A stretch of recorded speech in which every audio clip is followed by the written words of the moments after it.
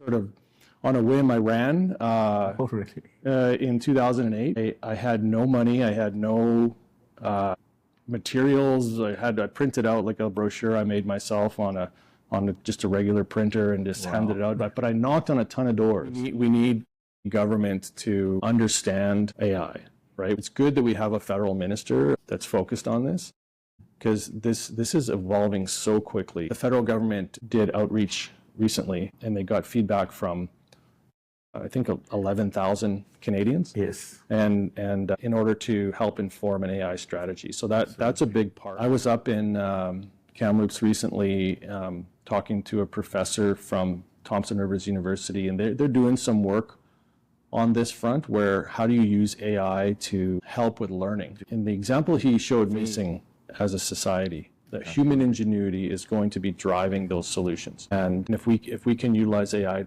to help with that, fast track that, I think that's a great thing. Welcome to govai.fm, your no-nonsense guide to AI in the public sector. Connect with peers and learn from real successes, failures, and lessons from the trenches. Okay, welcome to govai.fm. We are here with Honourable Rick Glumac, Minister of State for AI and New Technologies. Thank you, Rick, for being here with us. Thank you for the invitation. Welcome to Port Moody. We're on the territory of the Musqueam, Squamish, and Tsleil-Waututh and Coquitlam First Nations, and welcome. Thank you. So to begin with, before we dive into the details, our audience would love to hear about your personal journey, from your path from being in high tech to being in government and now shaping the AI strategy for BC. I mean, this is probably one of the questions I get asked the most, because my background is not a typical background for anyone in politics. I never really set out to be in politics. I graduated with a degree in electronics engineering from SFU. I got very interested at that time in computer graphics. Mm-hmm. It was a time when the field was just kind of burgeoning, just getting started. I started on season 3 of Reboot, which is the very first computer animated TV show. And then from there I went and I worked on movies like Shrek 2 and Madagascar and Over the Hedge and a bunch of others. It was a very exciting time for me.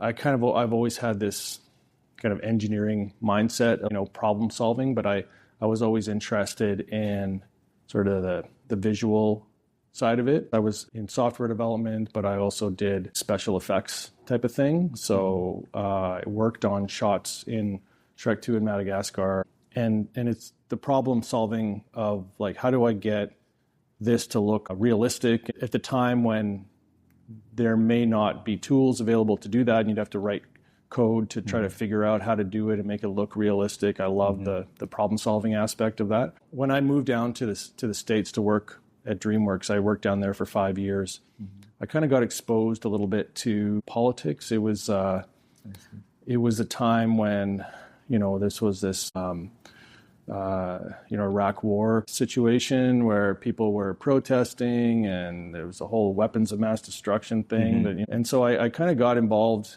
in that. I went to some protests against the war, and I saw kind of how people got involved and kind of organized. And I remember standing in San Francisco on the street with tens of thousands of people around, and just feeling so connected to these people. We all shared that the goal, and we didn't want to see a war develop, and we're all sharing that, right? And this is kind of the essence, I think, of politics, is when you can get together with other people and fight for something or push for something that is a positive change in some way, and that when you're able to do that successfully and you feel that connection with the people that you're doing that with, it was an interesting experience, because then I could apply my problem-solving skills to kind of real-world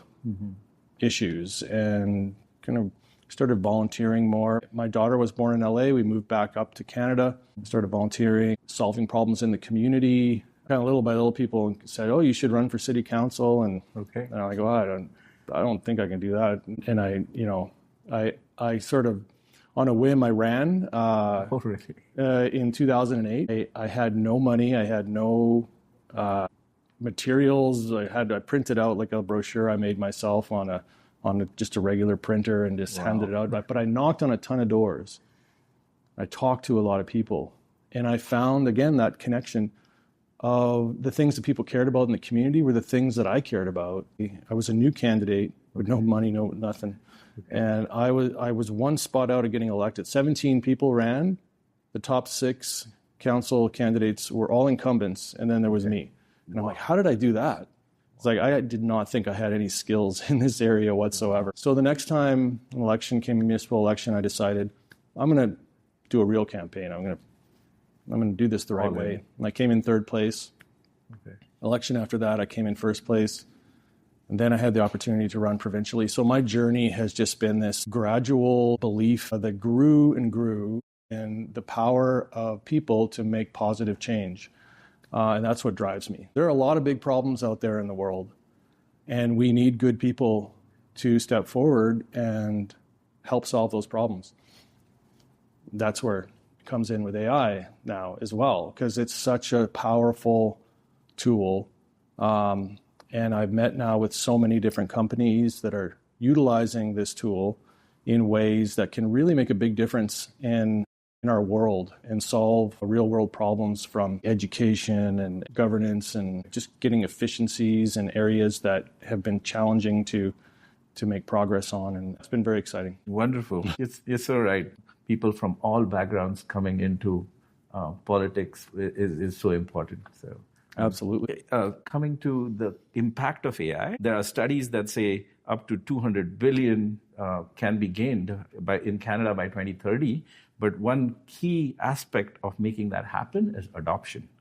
So the adoption figures for some of the studies are like up to 40%. That's the assumptions that they have made. So the question is, like, are we on track? Are there any gaps? And how do we close the gaps in adoption of this AI technology?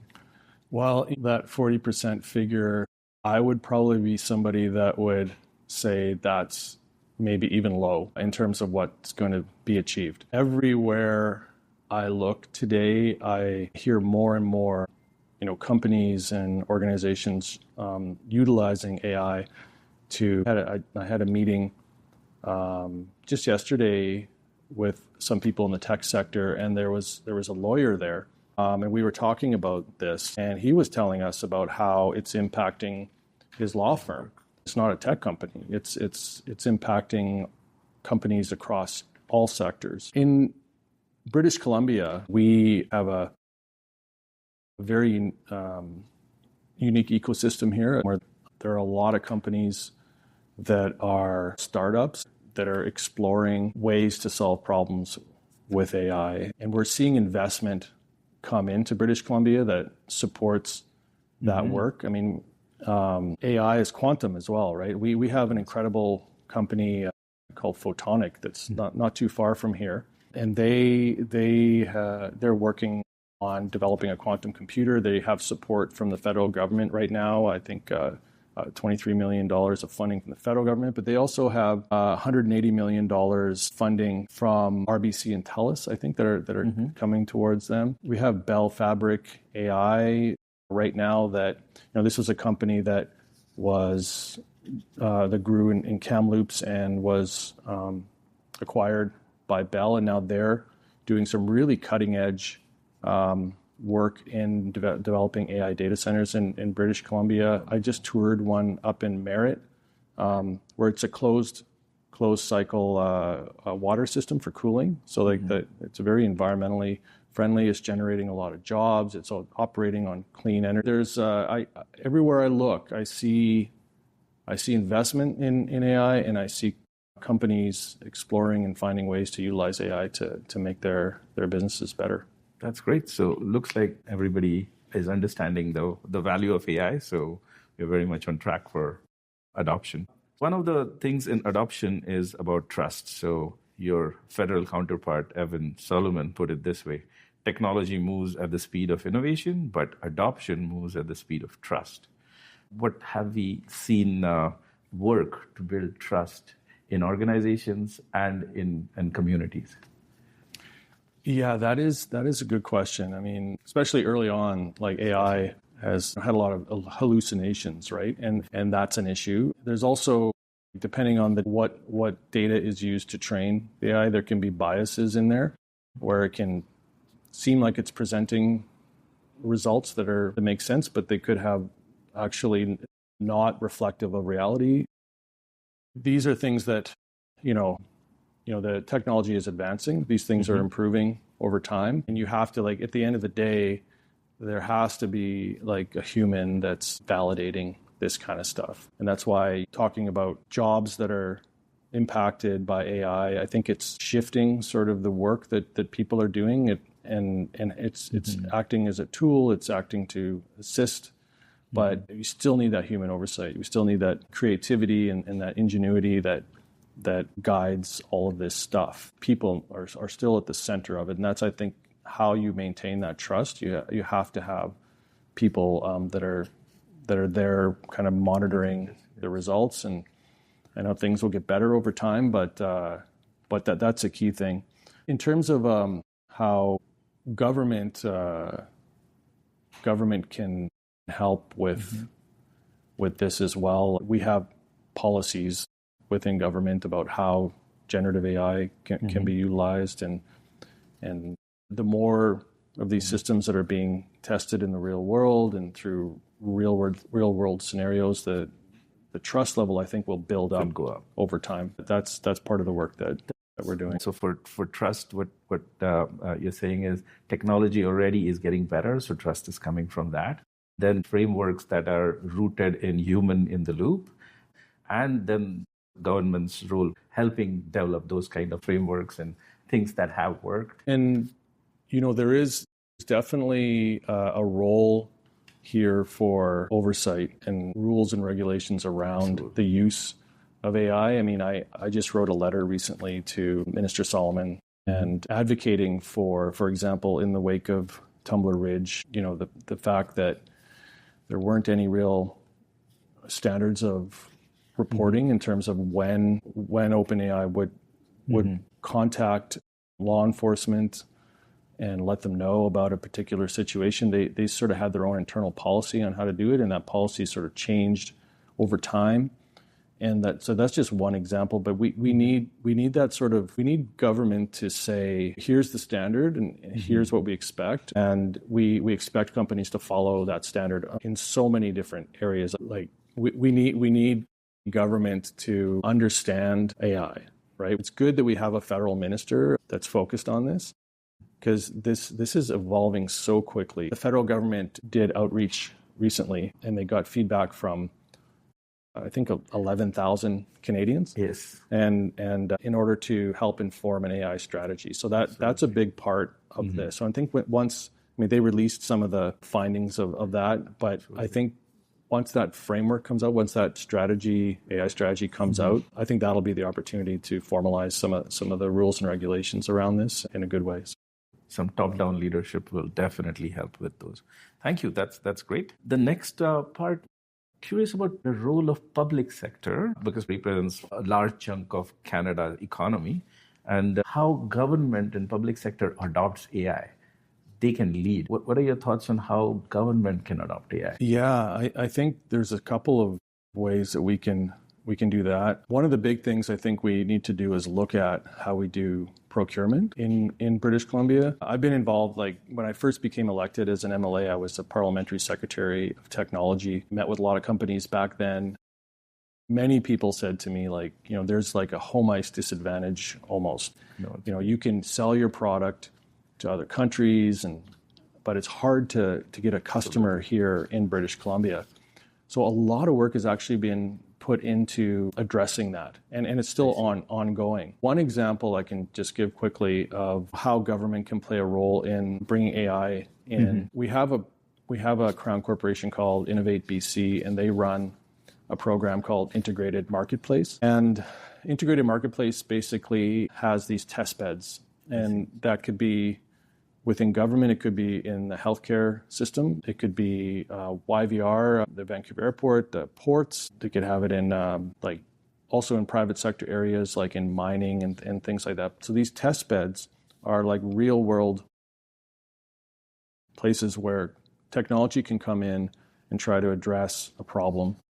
And companies that have been developing technologies that can address these problems can go into these test beds, commercialize their product, basically, have a first customer within that test bed, which could be government. And once they get their product to a state where it's working and it's commercialized, then they can go and find customers in other places as well. And so we're kind of helping companies take that first step, like BC companies, take that first step and be successful. And there's so many examples of this right now, just in the healthcare space. So yeah, Integrated Marketplace, an incredible program. Just to give you an example, they partnered with Providence and a number of hospitals across the province to build this digital pathology framework within government, so within the healthcare system. What that does, it allows companies to take, high resolution digital imagery, pathology, and be able to work with it to address some different kinds of problems. Integrated Marketplace funded 3 companies to kind of prove this out.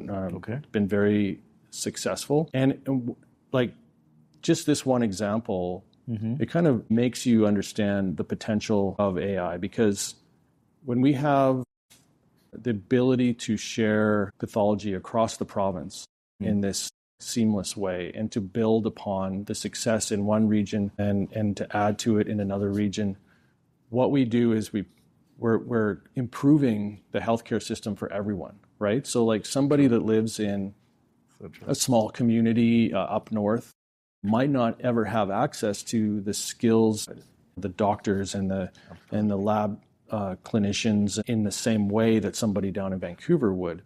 But with this digital pathology, for example, if you're sharing all of this in a cloud and that's accessible across the province, then you can have those experts that aren't located in those small communities diagnose and provide expertise to people everywhere in the province, right? So and this is something that I think has a huge potential. Just one example of when we share technology and we share knowledge across government, in this case, the healthcare system. It has the ability to provide equity, provide opportunity, provide innovation, and distribute it across the entire province. And we're doing this also with Connected Services BC. This is an effort that we're taking on right now to centralize access to government services.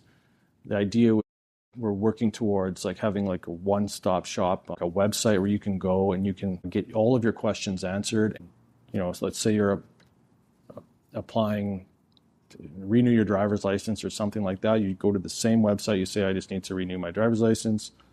You put in your information, and if you've already interacted with the government in some way, you don't have to refill out an entire new form. It'll have access to your information. And when we share services like this and we centralize, it makes things more efficient for people and improves quality, the service level that you get. And it allows innovation to come into it to make the whole process work better. So these are some ways the government can help. The integrated marketplace and sharing of ideas is fascinating. And even the connected services, not just the user experience. It's a great user experience for citizens for sure, but while building the connected services across different departments of the governments, the natural sharing that will happen. And the sharing would be both the technology as well as the governance frameworks that go into that we touched on earlier. So this is fascinating. Thank you for sharing. AI sovereignty is becoming an important conversation. So given the current political and economic climate, sovereignty is very critical. And then that's at different levels. One is that infrastructure ownership, and that's what people associate AI sovereignty with, where data resides, but also which models are available for Canadian companies, Canadian public sector companies. All of this is very important. What are your thoughts on AI sovereignty? In terms of the infrastructure, we have a dedicated program to provide electricity to AI data centers in British Columbia, and it's clean energy. And it used to be prior to this program that any industrial customer that wants to come in and use energy has to go into a queue, and that queue can take a while to kind of get through the queue. But now there's a dedicated call for AI data centers, and it's the criteria how they evaluate which ones will be successful or not. Like the sovereign aspect of it is a key part of that. It's a key consideration in terms of approving data centers in British Columbia. You mentioned it's not just the infrastructure, it's like who's using the infrastructure and all of that. Right now, there's a real focus on sovereignty, digital sovereignty at the federal level as well.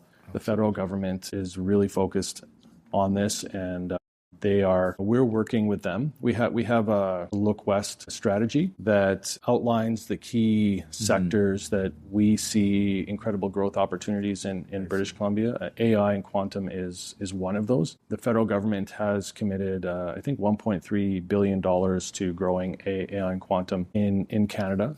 So again, this all ties back to, I mentioned the work that the government is doing in putting together all the input that they've received around AI and how that's going to feed into a strategy for them. So our economic plan is very much focused on working with the federal government and in the context of Canadian sovereignty. And there's a lot of focus in the federal level as well in terms of dual use technologies, and they have a lot of funding that's going towards that, and we're finding opportunities to leverage that as well. The sovereignty piece is a very big focus right now. Very important, right? Yeah, I mean, we know,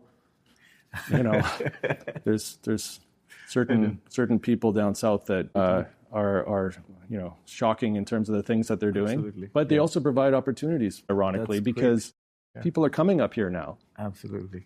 We're getting a ton of doctors right now and nurses coming up from the United States, which is great. Gary Tan, one of the prominent investors down in Silicon Valley, has said that places like Toronto and Vancouver are going to be the next tech hubs. As AI becomes an important backbone of the economy, we want more control on it. And having the sovereignty conversations like you're having, and even the people, would put us in good stead for sure. Yeah, there's a lot of talent coming to British Columbia right now, and I've talked to some companies, investors that they want to open up into the North American market, and they're looking at Vancouver as their place to establish their offices. So that's great to hear. Thank you. So some of our listeners are just individuals in line of business roles, and for them, they are anxious on what changes are going to happen in the coming years to what they do and their job with AI. What is your message to them? They're anxious. I understand that. I mean, I've heard that myself, but nothing can replace human creativity. I've talked to a number of people in the tech sector that are at a senior level, and they're utilizing AI right now in a very effective way. But the reason that they're able to do that is because they understand what needs to be done. So they're not just relying on AI to give them the answers. They're using it to help them achieve what they know. They know how to do it already. They're just using AI to help them be more efficient at doing it. And that to me is the real key challenge that we face, is how do we bring up the next generation of software developers and people working in various professions in a way that can use AI that way, where it's able to help them do what they can already do, not to help them do something they can't do, right? Because then when the senior people retire one day, you're going to have a workforce that may not have that same level of skills at the end of the day. We don't want that, right? So we're investing a lot in British Columbia in skills training. There's 4,000 tech seats that we've brought into the mix. I also think that there are examples of where AI can help develop those skills interestingly. Like Anthropic has Claude learning mode where you ask it a question and it asks you a question back, basically. It's like, well, you ask them, like, how do I do this? And it asks, well, Socratic way of... Yeah, exactly. It's like, well, how would you approach this? And I go, well, I don't know. And then you give it an answer and then it asks you something back. And it just, that kind of way of learning is really important.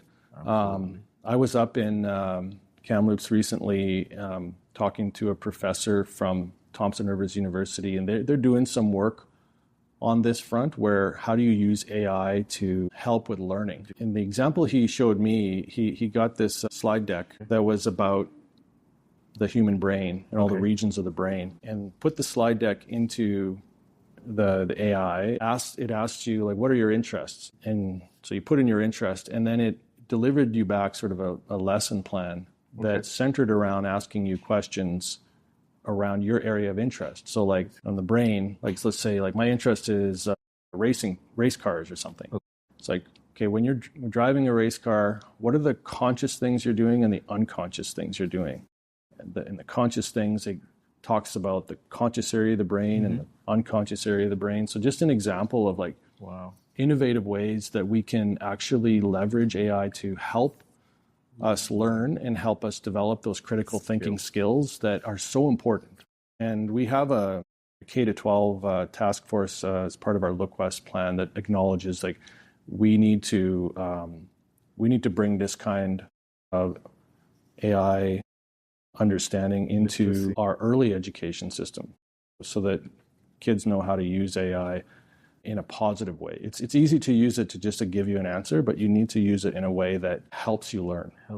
Like learning is not learning needs to be challenging. You know, it's AI gives you so many easy answers or whatever, and it's not always right. And you got to know when you got to have enough knowledge to, like I said earlier, to identify when there's an issue and flag that issue. And at the end of the day, the people are the ones that are in charge of this thing. We're not giving over the world to AI. Understand. Yeah. Okay, so the message for the individuals who are anxious is that human creativity is still important, and it will always stay important, and we will have humans who are leading. The classic example is Jeff Hinton saying in 2016 that we don't need radiologists anymore. And 10 years later, we still have radiologists, and actually they are using AI and they are doing much more work. And that goes on to the Jevons paradox that they talk about, where if something becomes efficient, you don't use less of it, you use more of it. So you need more people and more radiologists and more software developers who are now using AI to do many more things that were not possible. Yeah, and when you follow that logic through, then it starts getting into like some very interesting societal questions. If we're all operating at this like high level of efficiency and everything else, like how does that affect, our how does that affect our work week? Like, I mean, Sam Altman just put out this thing recently where he's suggesting that our work week in the future could go down, to maybe it's 4 days or 3.5 days or something like that. Yeah. And then how do we look at, taxation? He proposed some kind of a, robot tax or something, new ways of thinking about things like this. This is a big change. And sometimes when there's a big change like this, it's difficult to recognize, but there might be better ways of doing things. And it could result in positive change for all of society, right? Like if our work week went down, 4 days. Everybody's happy. Absolutely. Now, to hit our 2030 targets, we need some early adopters, we need the innovators, we need the companies who are adopting AI, we need the line of business people to use AI, like we said. So we need the whole ecosystem to come in place. So how does that happen in BC? What should the ecosystem look like? Well, Like I said earlier, we're very fortunate in British Columbia because we have already a thriving tech sector. We have, I think, 12,000 companies in the tech sector in BC, almost 200,000 people employed in that tech sector right now. Our Look West strategy, I mentioned there are key sectors, AI and quantum. We're going to be developing an action plan around each one of these sectors. Life sciences is another one. And for both life sciences and quantum, one of the goals is to double the employment in those areas in the next decade. So we want to create 200,000 jobs in the tech sector over the next decade. We want to increase the economic output of the sector by 75% in that time period. So we haven't released our action plan yet, but we're working on it actively. Wow. It's been informed by a lot of input we received, a lot of companies I've been meeting with and getting feedback from. It's going to be informed by the federal AI strategy and other things like that. But this will be our key focus in terms of how do we grow this sector, tech sector, AI and quantum in British Columbia. We expect to start rolling out these action plans over the next few months. So stay tuned for that. It's going to be exciting. That's really exciting. Okay, yeah, we've covered a lot of ground about AI. What's one thing you would want to leave the listeners with? Well, it's interesting because there's just so many directions you could come at it from with AI. My sense is that it's a tool. It helps us. It's not. But the key thing is that we find ways for it to enhance the work that we do, to help us be more successful in addressing the real world problems that we're facing as a society. That human ingenuity is going to be driving those solutions. And if we can utilize AI to help with that, fast track that, I think that's a great thing. But it's not a substitute for the work that we need to do as people to solve these problems. It comes from people. AI is not like this panacea that is going to solve all of our problems. We're solving the problems. We'll always be solving the problems. We will be coming up with the innovation. For young people, it's to keep that in mind. Develop your skills, learn the stuff, don't take the easy route. Be an expert as much as you can in the stuff that you're learning.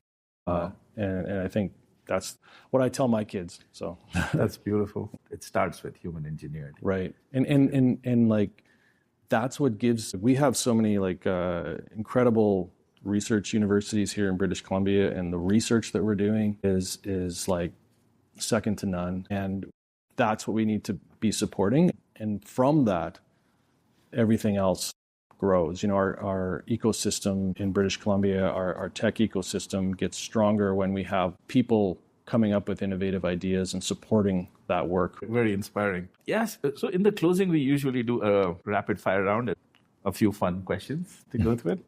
So the first one is AI buzzword that needs to retire, if you have any. Let's say intelligence. There's no intelligence in AI.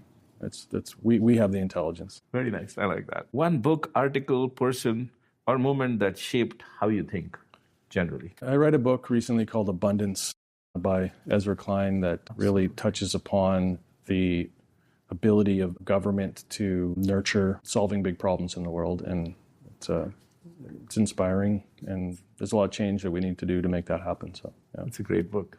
Abundance by Ezra Klein. Personally, what AI tools or products do you use? You mentioned ChatGPT, you mentioned Anthropic. Probably mostly Claude. Claude's my favorite, I think. And it's also because I really like the company. Respect that they walked away from President Trump when he was trying to strong arm them into, monitoring U.S. citizens and automating warfare and things like that. They took a stand. I appreciate that. So I like their product. Absolutely. Yes. And they have a fantastic model. Absolutely. Yeah.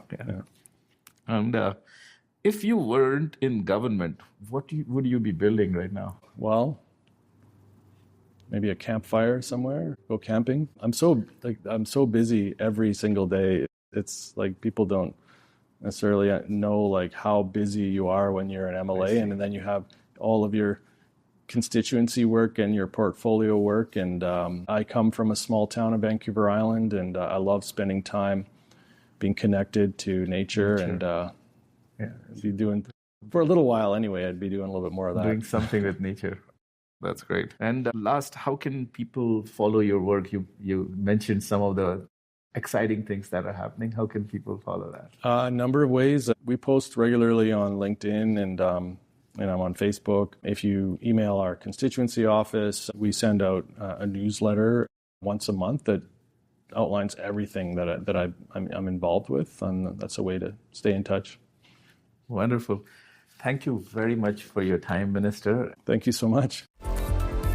This was govai.fm. Connect with us on LinkedIn, suggest a guest, and stay tuned for real stories from AI in action.